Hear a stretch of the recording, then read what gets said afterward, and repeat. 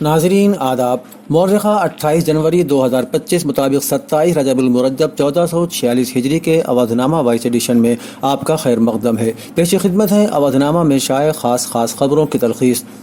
اتراکھنڈ حکومت نے پیر کے روز یکساں سول کوڈ یعنی UCC نافذ کر دیا۔ یہ قانون درج فہرست قبائلیوں کو چھوڑ کر پورے اتراکھنڈ کے ساتھ ہی ریاست سے باہر رہنے والے اتراکھنڈ کے رہائشیوں پر بھی نافذ ہوگا۔ یکساں سول کوڈ کے نفاذ کے بعد اتراکھنڈ ملک کی پہلی ریاست بن گئی ہے جہاں UCC کیا گیا ہے۔ ایسی صورت میں تمام پروسیس بشمول شادی کی رجسٹریشن، طلاق رجسٹریشن، وصیت وغیرہ UCC قوانین میں دی گئی دفعات کے مطابق ہی کی۔ سرکاری ذرائع کے مطابق UCC کے نفاذ کے لیے دیہی علاقے میں SDM رجسٹرار اور گاؤں کی پنچایت کے ترقیاتی افسر سب رجسٹرار ہوں گے، جبکہ نگر پنچایتوں اور میونسپل کارپوریشنوں میں متعلقہ SDM رجسٹرار اور ایگزیکٹو آفیسر سب رجسٹرار ہوں گے۔ جمعیت علماء ہند کے صدر مولانا محمود اسد مدنی نے اتراکھنڈ میں نافذ کردہ یونیفارم سول کوڈ کو آئین میں موجود مذہبی آزادی کے خلاف بتاتے ہوئے کہا کہ یہ ایکٹ مسلمانوں کو ہرگز منظور نہیں ہے۔ انہوں نے کہا کہ متعلقہ فریق بالخصوص مسلم اقلیت کے موقف کو نظر انداز کر کے اس قانون کا نفاذ انصاف دشمنی کا مظہر ہے۔ لا کمیشن آف انڈیا کے طلب کردہ عوامی مشوروں میں یہ حقیقت واضح ہو گئی تھی کہ ملک کی اکثریت اس طرح کے کوڈ کو منظور نہیں کرتی، چنانچہ لا کمیشن نے حکومت کو مشورہ دیا تھا کہ یکساں سول کوڈ نہ مطلوب ہے اور نہ اس کی کوئی ضرورت ہے۔ اس کے باوجود عوامی مشوروں اور لا کمیشن کی سفارشات کو نظر انداز کرتے ہوئے سرکار نے ایک آمر حکمراں کی طرح اس قانون کو عوام پر تھوپ کر جمہوریت کا قتل کیا ہے۔ مہاکمبھ میں سرکاری انتظام کو ناکافی بتاتے ہوئے سماجوادی پارٹی کے سربراہ اکھلیش یادو نے کہا کہ مہاکمبھ میں جو انتظامات ہونا چاہیے تھے اس کا 20% بھی کام نہیں ہو سکا۔ یادو نے پریاگ راج میں مہاکمبھ کے موقع پر سنگم میں اپنے بیٹے ارجن یادو کے ساتھ عقیدت کی ڈبکی لگائی۔ انہوں نے کہا کہ مہاکمبھ کی جو عقیدت اور روایت ہے اسی کے تحت وہ یہاں اسنان کرنے آئے ہیں۔ انہوں نے کہا کہ مہاکمبھ میں مکمل انتظام ہونا چاہیے تھا لیکن اس کا 20% بھی کام نہیں ہوا۔ BJP حکومت نے شنکراچاریہ اور دیگر اہم سادھو سنتوں کے بجائے حکومت کے وزراء کے ہی پوسٹر لگا رکھے ہیں۔ انہوں نے کہا کہ عقیدت کے ساتھ کھلواڑ نہیں کیا جانا چاہیے۔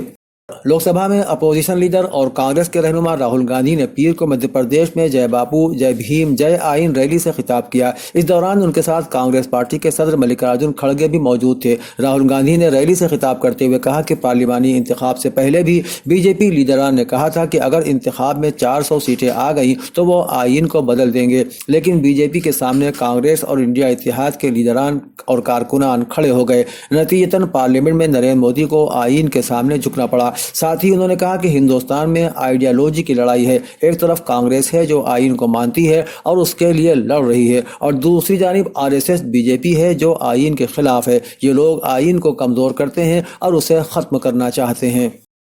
اتر پردیش کی راجدھانی لکھنؤ میں کل 76واں یوم جمہوریہ جوش و خروش اور وقار کے ساتھ منایا گیا۔ گورنر محترمہ آنندی بین پٹیل نے ویدھان بھون کے سامنے منعقدہ یوم جمہوریہ کے مرکزی پروگرام میں پریڈ کی سلامی لی۔ اس سے پہلے وزیر اعلیٰ یوگی آدتیہ ناتھ نے گورنر کا استقبال کیا اور انہیں یوم جمہوریہ کی مبارکباد دی۔ یوم جمہوریہ کی تقریبات کی پرکشش پریڈ میں شامل بھارتی فوج، مارچ پاسٹ، رنگا رنگ ثقافتی پروگراموں اور ٹیبلیوز وغیرہ نے تماشائیوں کے دل جیت لیے۔ پریڈ کی قیادت میجر ہردیان سنگھ گل نے کی۔ پریڈ کے دوران ہیلی کاپٹر کے ذریعے پریڈ کے مقام پر پھولوں کی پتیاں بھی نچھاور کی گئیں۔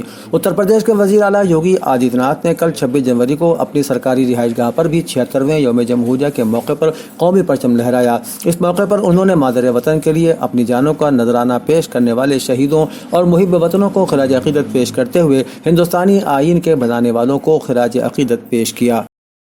یوم جمہوریہ کے موقع پر اتر پردیش کے وزیر اعلیٰ یوگی آدتیہ ناتھ نے اتوار کو اپنی سرکاری رہائش گاہ پر تعاون کے بین الاقوامی سال 2025 کا آغاز کیا، جس سے اتر پردیش اس عالمی تقریب کا آغاز کرنے والی ہندوستان کی پہلی ریاست بن گئی۔ افتتاحی سیریز کے ایک حصے کے طور پر شرنگ فار کوآپریشن میراتھن کو وزیر اعلیٰ نے لکھنؤ میں اپنی رہائش گاہ 5 کالی داس مارگ سے ہری جھنڈی دکھا کر روانہ کیا۔ میراتھن ریس کی افتتاحی تقریب سے خطاب کرتے ہوئے وزیر مملکت برائے امداد باہمی اعزاز چار JPS راٹھور نے کہا کہ میراتھن کا مقصد تعاون اور اتحاد کی اقدار کو فروغ دینا ہے، جو کہ بین الاقوامی تھیم کے مطابق ہے۔ مولانا آزاد نیشنل اردو یونیورسٹی کے شیخ الجامعہ یعنی وائس چانسلر پروفیسر عین الحسن کو حکومت ہند نے پدم شری اعزاز سے نوازنے کا اعلان کیا ہے۔ واضح ہے کہ ہر برس 25 جنوری کو شام پدم ایوارڈز کا اعلان کیا جاتا ہے۔ گزشتہ چند برسوں کے دوران میں پروفیسر عین الحسن نے یونیورسٹی کی تعمیر و ترقی اور اس کو بلندی عطا کرنے میں غیر معمولی کوششیں کی ہیں۔ ان خیالات کا اظہار لکھنؤ کیمپس کی انچارج پروفیسر ہما یعقوب نے آج کیمپس میں منعقدہ ایک تہنیتی جلسے کے دوران کیا۔ انہوں نے اس موقع پر فیکلٹی ممبران سے گفتگو کرتے ہوئے کہا کہ اس خبر سے ہم سب کو بھی ایک نیا حوصلہ اور کام کرنے کی ترغیب ملی ہے۔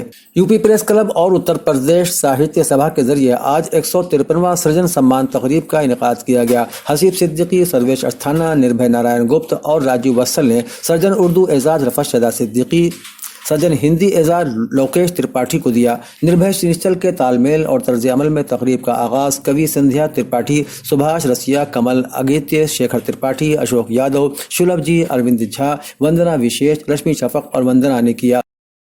اودھ نامہ میں شائع جہاں نما خبروں کے مطابق ٹرمپ نے مصر اور اردن پر فلسطینی پناہ گزینوں کو اپنے یہاں پناہ دینے کا دباؤ بنایا تھا۔ حماس اور عرب ممالک نے اسے انکار کر دیا۔ امریکی صدر ڈونلڈ ٹرمپ نے تجویز پیش کی تھی مصر اور اردن جنگ زدہ غزہ کی پٹی سے فلسطینیوں کو اپنے یہاں لے جائیں، لیکن دونوں امریکی اتحادیوں کے ساتھ ساتھ خود فلسطینیوں نے ٹرمپ کی اس تجویز کو سختی کے ساتھ مسترد کر دیا۔ مصر، اردن اور خود فلسطینیوں کو اس بات کا ڈر ہے کہ اسرائیل کبھی انہیں واپسی کی اجازت نہیں دے گا۔ ٹرمپ نے ہفتے کے روز یہ تجویز پیش کرتے ہوئے عرب ممالک کے رہنماؤں پر زور دیا تھا کہ غزہ کی صفائی اور تعمیر نو تک غزہ کی بے گھر آبادی کو اپنے یہاں پناہ دے۔ امریکی صدر نے مزید کہا تھا کہ غزہ کی 2.3 ملین سے زیادہ تر آبادی کو دوبارہ آباد کرنا عارضی یا طویل مدتی ہو سکتا ہے۔ ٹرمپ نے حماس کے ساتھ اسرائیل کی 15 ماہ کی جنگ کی وجہ سے ہونے والی تباہی کا حوالہ بھی دیا تھا۔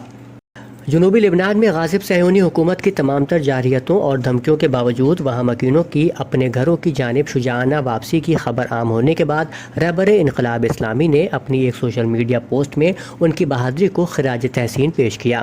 صہیونی ٹینکوں اور فوجیوں کے مقابلے میں لبنانی باشندوں، بالخصوص ایک خاتون کی عدیم المثال شجاعت و بہادری کی ویڈیو عام ہونے کے بعد رہبر انقلاب اسلامی کے آفیشیل ایکس ہینڈل پر ایک پوسٹ شیئر کی گئی۔ انہوں نے کہا کہ آج تمام سیاسی اور مادی اندازے جنوبی لبنان کے مومن اور مخلص عوام کے سامنے مغلوب ہو گئے کہ جنہوں نے صہیونی فوج کو ہیچ سمجھتے ہوئے اللہ کے وعدوں پر بھروسہ کیا اور جذبہ ایثار سے لبریز ہو کر میدان میں پہنچ گئے۔ غزہ جنگ بندی معاہدے میں ثالثی کا کردار ادا کر رہے قطر کو ایک بہت بڑی کامیابی ملی ہے۔ قطر نے آج یعنی 27 جنوری کو اعلان کیا کہ بے گھر فلسطینیوں کے شمالی غزہ میں واپسی کا راستہ اب صاف ہو گیا ہے۔ قطر نے پیر کی صبح اعلان کیا کہ اسرائیل اور حماس کے درمیان نازک جنگ بندی کے پہلے بڑے بحران کو کم کرتے ہوئے ایک اسرائیلی شہری یرغمالی کو رہا کرنے کے بدلے فلسطینیوں کو شمالی غزہ واپس جانے کی اجازت دینے کے لیے ایک معاہدہ طے پایا گیا ہے۔ غزہ کی پٹی کے شمالی حصے میں اپنے گھروں کو واپسی کے انتظار میں بے گھر فلسطینی الرشید اسٹریٹ پر ایک روڈ بلاک کے قریب اپنے سامان کے ساتھ جمع ہیں۔ ترکیہ کے وزیر خارجہ خاقان فیدان نے کہا ہے کہ عراق سے ہماری حتمی توقع یہ ہے کہ وہ PKK کو، جسے اس نے کالعدم تنظیم قرار دیا ہے، اسے ایک دہشت گرد تنظیم کے طور پر تسلیم کرے۔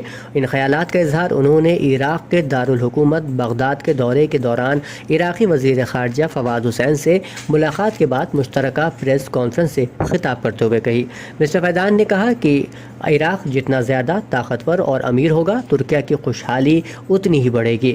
جب عراق زیادہ محفوظ اور مستحکم ہوگا تو ہمارے خطے میں امن و سکون بڑھے گا۔ اس تناظر میں ہم عراق کو زیادہ خوشحال اور محفوظ ملک بنانے کے لیے اٹھائے گئے اقدامات کی حمایت کرتے ہیں۔